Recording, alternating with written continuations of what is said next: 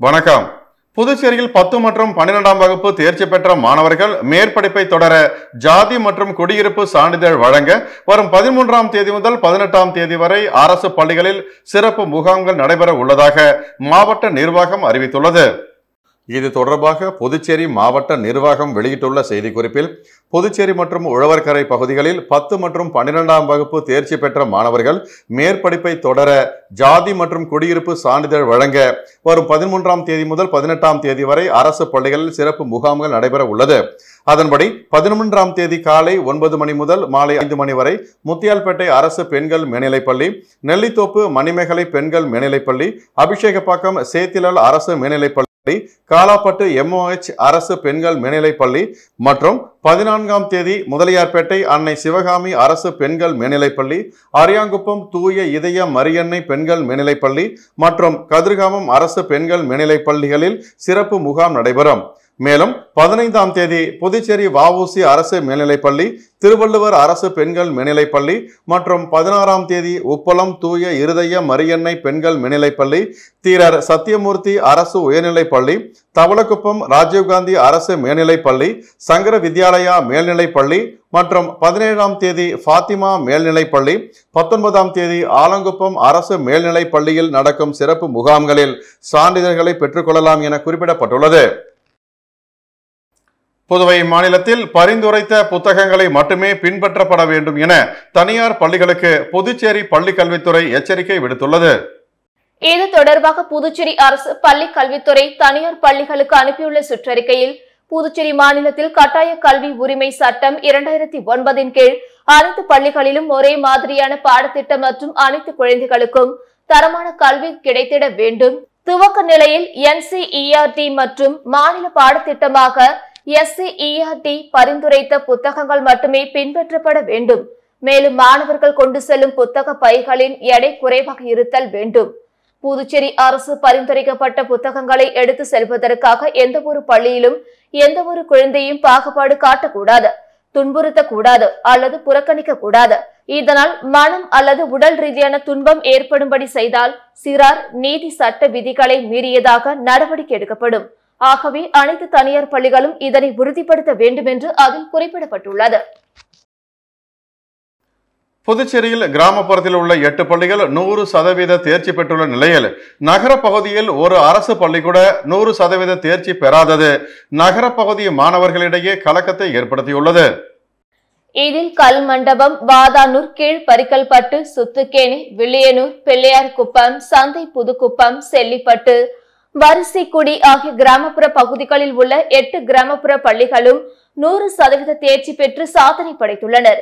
ஆனால் நகர பகுதியில் ஒரு அரசு பள்ளி கூட 100% தேர்ச்சி பெறவில்லை. 90%க்கு மேல் 20 பள்ளிகளும், 75%க்கு மேல் 42 பள்ளிகளும், 60 முதல் 74%க்குள் 24 பள்ளிகளும், 50 முதல் 59%க்குள் 9 பள்ளிகளும் தேர்ச்சி பெற்றுள்ளன. 5 பள்ளிகளின் தேர்ச்சி விகிதம் 50%க்கும் கீழ் தேர்ச்சி பெற்றுள்ளன. புதுச்சேரியிலே குறைந்த தேர்ச்சி விகிதம் பெற்ற பள்ளியாக கல்வி காலேஜ் பள்ளி உள்ளது. இப்பள்ளி சார்பில் 20 மாணவர்கள் தேர்வு எழுதியதில் 3 பேர் மட்டுமே தேர்ச்சி பெற்றனர். தேர்ச்சி விகிதம் 15% ஆகும். கடந்த ஆண்டை ஒப்பிடுகையில் தேர்ச்சி விகிதம் 69.62% குறைவாகும். இதற்கு அடுத்தபடியாக நிரவி அரசு பள்ளி 29.17%, ரெட்டியார்பாளையம் அரசு பள்ளி 33% தேர்ச்சி பெற்று கடைசி 3 இடங்களை பிடித்துள்ளன. இந்த ஆண்டு புதுவை பகுதிகளில் உள்ள அரசு பள்ளிகள் 81.69%, காரைக்காலில் உள்ள அரசு பள்ளிகள் 65.31% தேர்ச்சி பெற்றுள்ளன. அரசு பள்ளிகளின் மொத்த தேர்ச்சி விகிதம் 78.08% ஆகும். இது கடந்த ஆண்டை விட 0.84% குறைந்துள்ளது குறிப்பிடத்தக்கது.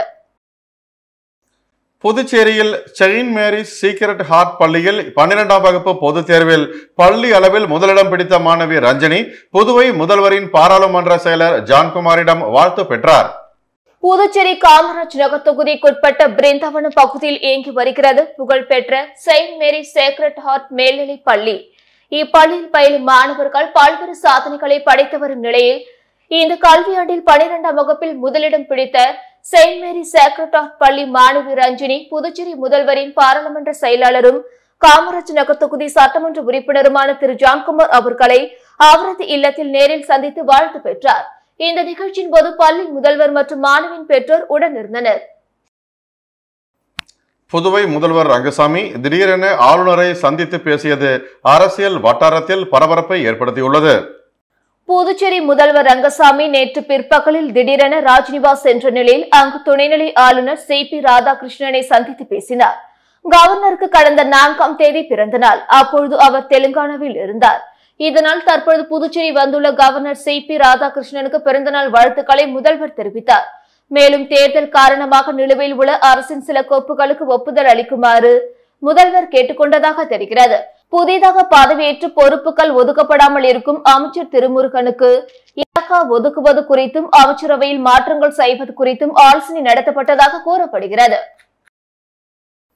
10ஆம் வகுப்பு பொதுத் தேர்வு முடிவுகளை பொறுத்தவரை இந்த ஆண்டும் மாணவர்களை காட்டிலும் மாணவிகள் 6.39% பேர் கூடுதலாக தேர்ச்சி பெற்றுள்ளனர்.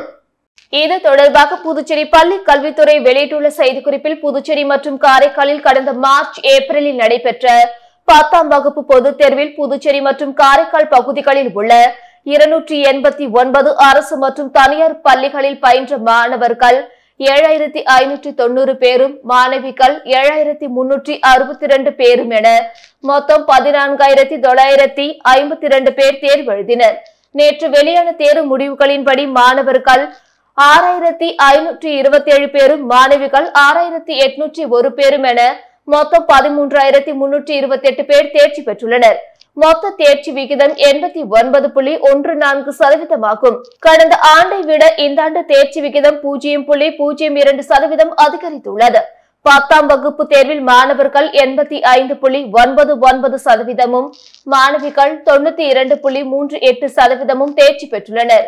வழக்கம் போல் இந்த ஆண்டு மாணவர்களை காட்டிலும் மாணவிகள் 6.39% பேர் கூடுதலாக தேர்ச்சி பெற்றுள்ளனர்.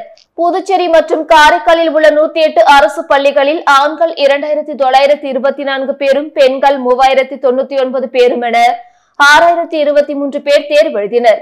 இதில் ஆண்கள் 2086, பெண்கள் 2617 என மொத்தம் 4703 பேர் தேர்ச்சி பெற்றுள்ளனர்.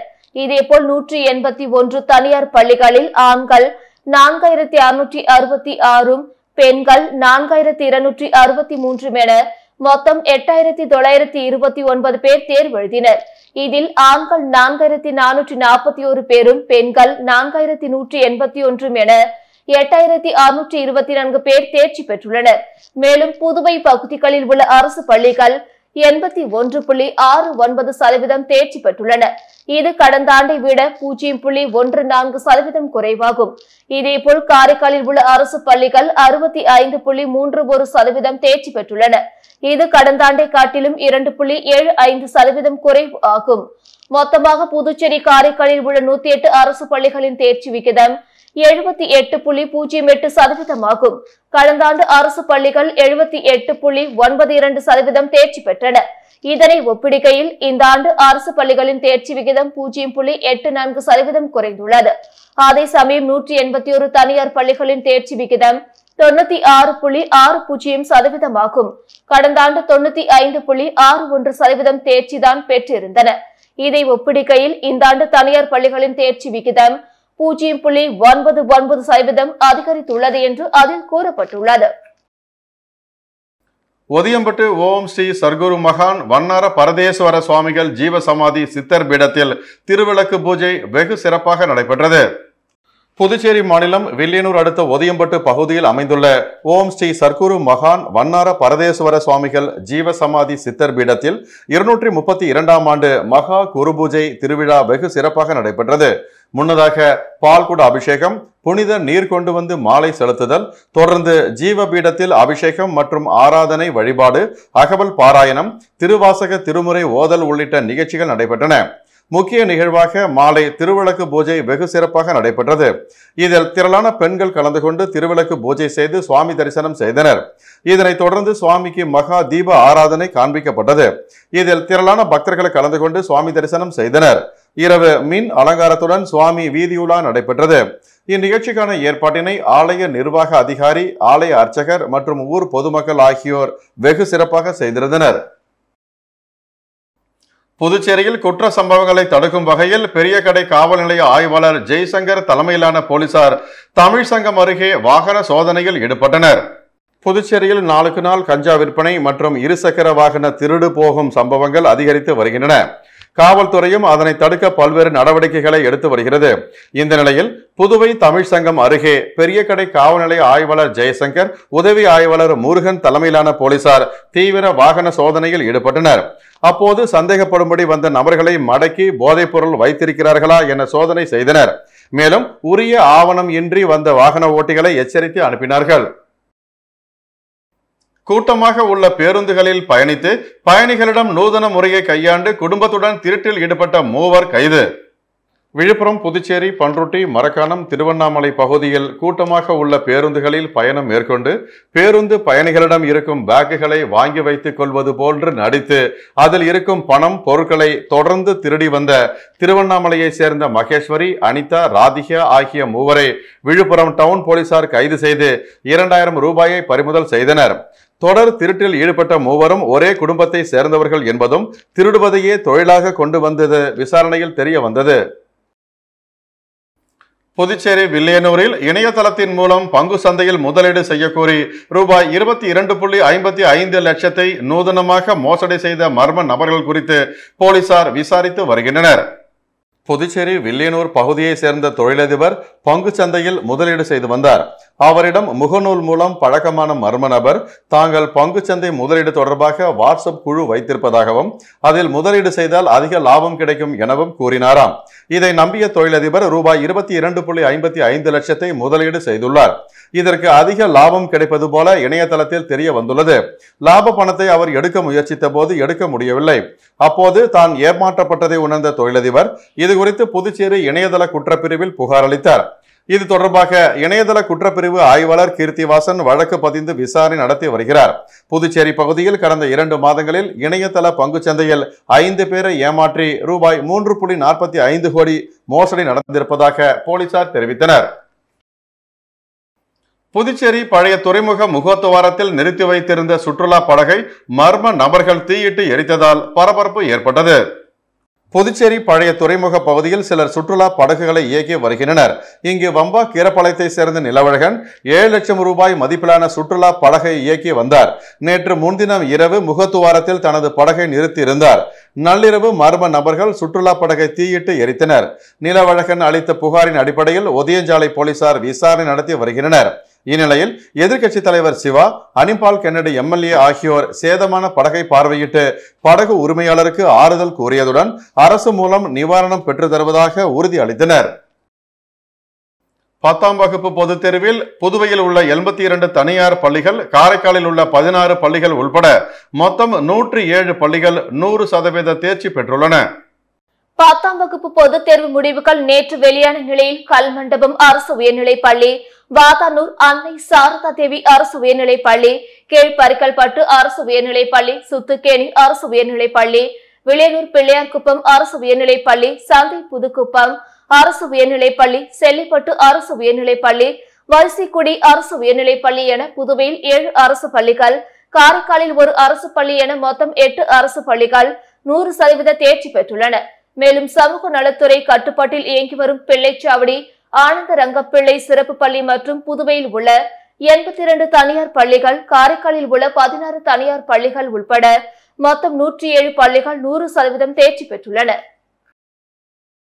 சண்முகாபுரம் பகுதியில் அமைந்துள்ள அகிலாண்டகோடி பிரம்மாண்ட நாயகி அருள்மிகு செல்லமுத்து மாரியம்மன் ஆலய 31ஆம் ஆண்டு உற்சவ விழா வெகு சிறப்பாக நடைபெற்றது. புதுச்சேரி மாநிலம் சண்முகாபுரம் பகுதியில் அமைந்துள்ள அகிலாண்டகோடி பிரம்மாண்ட நாயகி அருள்மிகு செல்லமுத்து மாரியம்மன் ஆலய 31ஆம் ஆண்டு உற்சவ விழா வெகு சிறப்பாக நடைபெற்றது. கடந்த புதன்கிழமை ஊரணி பொங்கல், ஸ்ரீ ஐயனாரப்பன் வீதி உலாவும், வியாழக்கிழமையன்று பால்குடம் நிகழ்ச்சியும், நேற்று வெள்ளிக்கிழமையன்று முக்கிய நிகழ்வாக பார்சாகை வார்த்தல் நிகழ்ச்சியும், இரவு கும்பம் கொட்டுதல் நிகழ்ச்சியும் நடைபெற்றது. இதில் சுவாமிக்கு சிறப்பு அபிஷேகம், அலங்காரம் செய்து மகா தீப ஆராதனை காண்பிக்கப்பட்டது. இதில் திரளான பக்தர்கள் கலந்து கொண்டு சுவாமி தரிசனம் செய்தனர். தொடர்ந்து கும்பம் சாதம் படைத்து பொதுமக்களுக்கு பிரசாதமாக வழங்கப்பட்டது.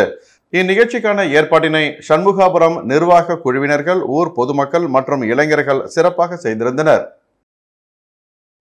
திண்டிவனத்தில் விழுப்புரம் வடக்கு மாவட்ட திமுக தொண்டரணி சார்பில் அமைக்கப்பட்ட நீர் மோர் பந்தலை அமைச்சர் செஞ்சி மஸ்தான் திறந்து வைத்து பொதுமக்களுக்கு நீர் மோர் பழங்களை வழங்கினார்.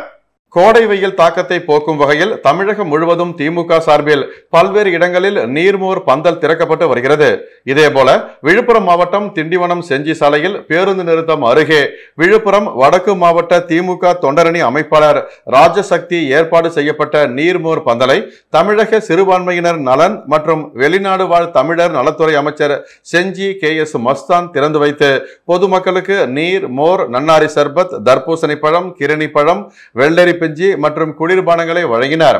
இந்நிகழ்ச்சியில் நகரமன்ற தலைவர் நிர்மலா ரவிச்சந்திரன், கவுன்சிலர்கள் வளர்மதி ராஜசக்தி, பாஸ்கரன், ஷபி ரவிச்சந்திரன், மாவட்ட அவைத்தலைவர் டாக்டர் ப சேகர், மாவட்ட பொருளாளர் ரமணன், நகர செயலாளர் ஆசிரியர் கண்ணன், வழக்கறிஞர் ஆதித்யன், தொண்டரணி துணை அமைப்பாளர் சக்திவேல், நகர துணைத் தலைவர் ஓவியர் கௌதமன் உள்ளிட்ட பலர் கலந்து கொண்டனர்.